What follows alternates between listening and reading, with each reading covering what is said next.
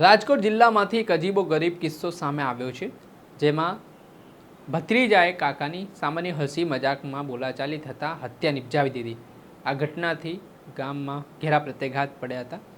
આ મામલાના સંદર્ભમાં ગણતરીના કલાકોમાં હત્યા કરનાર ભત્રીજાની પોલીસે ધરપકડ કરી.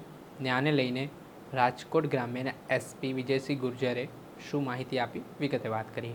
વૈષ્ણવજન તો તેને કહીએ જે પીડ પરાઈ જાનાને રે. દર્શક મિત્રો, નવજીવન ન્યૂઝમાં આપનું સ્વાગત છે. હું છું ફૈઝાન.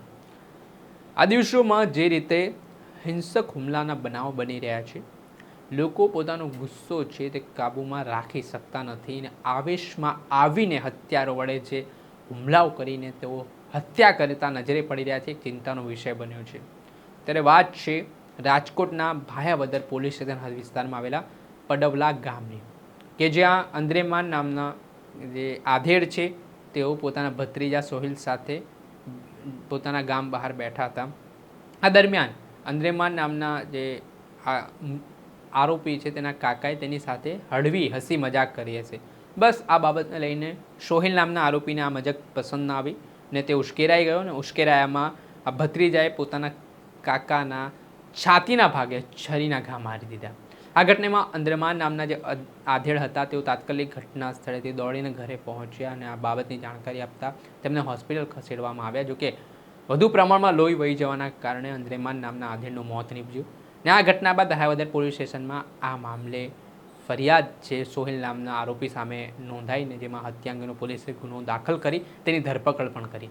આ ઘટનાને લઈને શું કહી રહ્યા છે રાજકોટ ગ્રામ્યના એસપી વિજયસિંહ ગુર્જર, તેમને સાંભળો. રાજકોટ ગ્રામ્ય જિલ્લાના ભાયાવદર પોલીસ સ્ટેશનના પડવલા ગામમાં 23 ઓગસ્ટની રાત્રિમાં એક બનાવ બનેલો, જેમાં અદ્રેમાન કારાભાઈ નોઈડા સંગી પડવલા ગામના છે અને સોહિલ અયુબભાઈ નોઈડા સંગી એ દોનો પડવલા ગામના છે. બંને સાથે બેઠા હતા અને વાતો કરતા હતા અને વાતોમાં એને કોઈ અમુક વાતચીતમાં એક વાત ઉપર ઉશ્કેરીને અને જે આરોપી છે આ સોએબ અયુબભાઈ નોઈડા આ અદ્રેમાનના છરીથી એના ઉપર હુમલો કર્યો. એક જ ઘા કર્યો અને આ ઘાથી આને ગંભીર થઈ ગયો. ગંભીર થતા એને હોસ્પિટલમાં લઈ જવામાં આવ્યો અને હોસ્પિટલમાં આને બ્રોડ ડેડ ડિક્લેર કરવામાં આવ્યો. આ બનાવ બન્યા પછી રાજકોટ રેન્જ ડીઆઈજી સાહેબના માર્ગદર્શનમાં અને ત્યાંના ઇન્ચાર્જ ડીવાયએસપી શ્રીજીતા પટેલના નિર્દેશમાં ટીમની રચના કરીને તુરંત જો છે આરોપીને પકડવામાં આવ્યો. હાલ આગળની જો કાર્યવાહી છે, આરોપી અરેસ્ટ કરવામાં આવ્યો છે. હથિયાર જો હત્યામાં કામમાં લીધો છે એ બધી વસ્તુ સરકારી પંચોની હાજરીમાં રિકવર કરવામાં આવી છે અને આગળની કાર્યવાહી ચાલુ છે. કાકા ભત્રીજા થાય છે, એક જ પરિવારના છે અને શાંતિથી બેઠા હતા. જો પ્રત્યક્ષદર્શી લોકો છે આજુબાજુના, એ પણ કીધું કે આરામથી વાત કરતા હતા, હસતા હતા એકબીજા સાથે બેઠા. વાતોમાં અને કોઈ એક વાત એવી ન ગમી હોય આમાં ઉશ્કેરીને અને ખિસ્સામાંથી ચાકુ કાઢીને છરીથી એના ઉપર હુમલો કર્યો. જો આના શોલ્ડરથી નીચે ચેસ્ટના ભાગમાં એક જ વાઉન્ડ થયો, એનાથી એની ડેથ થઈ. ના, આરોપીનો કઈ ગુનો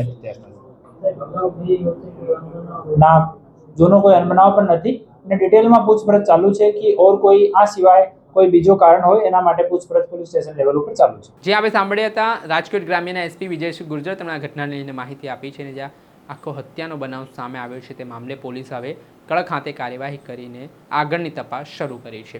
દર્શક મિત્ર, આવી જ ક્રાઇમથી જોડાયેલી સ્ટોરી જોવા માટે નવજીવન ન્યૂઝ જોતા રહો, લાઇક કરો અને વધુમાં વધુ શેર કરો. સાથે જ ખાસ એક નોંધ, ત્યારે તમને ગુસ્સો આવે તો એ સમયે ગુસ્સો ઘોડીને પી જજો. આ પ્રકારના કૃત્ય ના કરતા, નહીંતર માત્ર થોડોક ક્ષણિક ગુસ્સો છે તે આપણને જેલ સુધી પહોંચાડી શકે છે.